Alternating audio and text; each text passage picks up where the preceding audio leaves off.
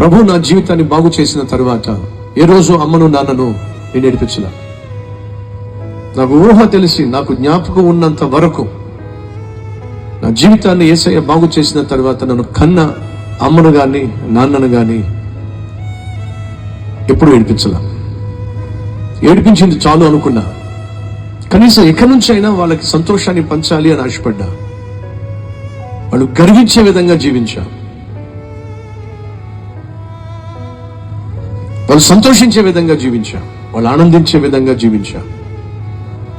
మేము సాధారణంగా మనం నాన్న పేరు అమ్మ పేరు చెప్పుకొని బతికేస్తాం. నేను ఫలానా వాళ్ళ అబ్బాయినండి అని చెప్పి బతికే కాలం ఒకటి ఉంటుంది. ఫలానా వాళ్ళ అబ్బాయినండి నేను, ఫలానా ఆయన మా నాన్నండి అని నాన్న పేరు చెప్పుకొని గర్వంగా బతికేటటువంటి ఒక కాలం ఉంటుంది. తమ్ముళ్ళు చెల్లెలు వింటున్నారా? అది కాదు గొప్ప.